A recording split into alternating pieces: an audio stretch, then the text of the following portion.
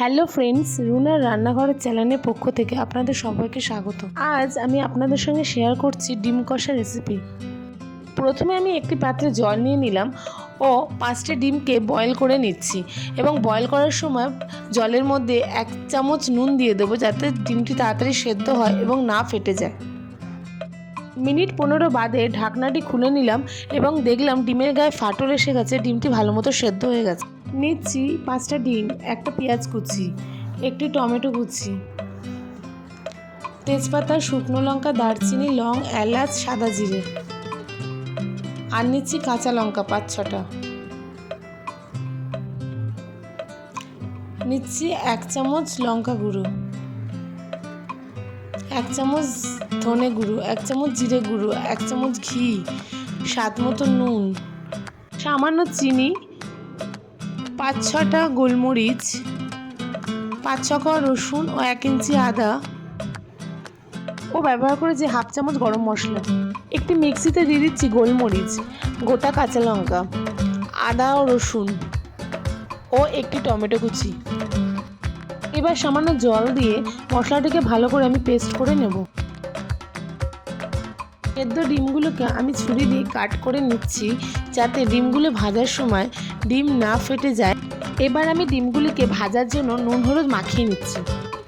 কড়াইয়ে দিয়ে দিচ্ছি 3 টেবিল চামচ সরিষার তেল।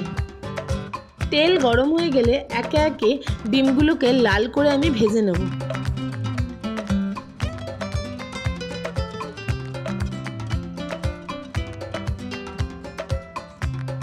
ডিমগুলি ভাজা হয়ে গেলে আমি একটি পাত্রের মধ্যে এক এক করে ডিমগুলোকে তুলে নিচ্ছি। ওই গরম তেলেই ফোড়নের জন্য ব্যবহার করেছি একটি তেজপাতা, একটি শুকনো লঙ্কা, 2টি দারচিনি, 2টি এলাচ, 2টি লং দিয়ে তেলটিকে ভালো করে নাড়াচাড়া করে নিচ্ছি 2 সেকেন্ডের জন্য, যতক্ষণ না তেল থেকে একটা সুন্দর গন্ধ বের হয়। এবার দিয়ে দিচ্ছি কেটে রাখা পেঁয়াজটি, দিয়ে পেঁয়াজটিকে ভালো করে নাড়াচাড়া করে নিচ্ছি। এবার পেঁয়াজটি লাল হয়ে এলে দিয়ে দেবো আগে থেকে পেস্ট করে রাখা মশলাটি। মশলা দিয়ে ভালো করে নাড়াচাড়া করার পর যে গুঁড়ো মশলাগুলি আমি ব্যবহার করব সেগুলো হলো স্বাদ মতো নুন, 1 চামচ হলুদ গুঁড়ো, 1 চামচ লঙ্কা গুঁড়ো, সামান্য চিনি, 1/2 চামচ ধনে গুঁড়ো, 1/2 চামচ জিরে গুঁড়ো দিয়ে গ্যাসের ফ্লেম লোতে করে তেল না ছাড়া অবধি মশলাটিকে ভালো করে কষিয়ে নিতে হবে।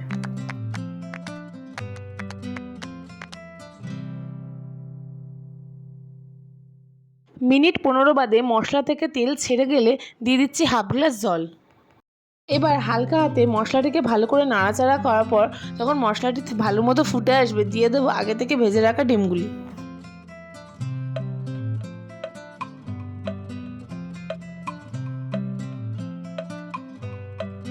ডিম দিয়ে ভালো করে নাড়াচাড়া করার পর যখন ঝোল থেকে তেল ছেড়ে যাবে তখন দিয়ে দেবো ওপর থেকে 1/2 চামচ ঘি ও 1/2 চামচ গরম মশলা।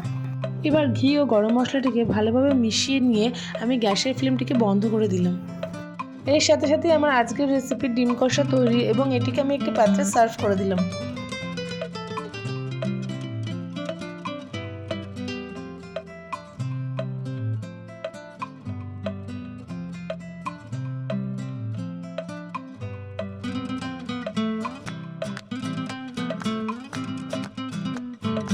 আপনারা এই রেসিপিটি বাড়িতে অবশ্যই ট্রাই করবেন ও ভালো লাগলে আমাকে কমেন্ট বক্সে লিখে জানাবেন ও সাবস্ক্রাইব ও লাইক করতে ভুলবেন না কিন্তু। দেখা হবে পরের ভিডিওয় নতুন কোনো রেসিপি নিয়ে। ভালো থাকবেন ও সুস্থ থাকবেন। নমস্কার।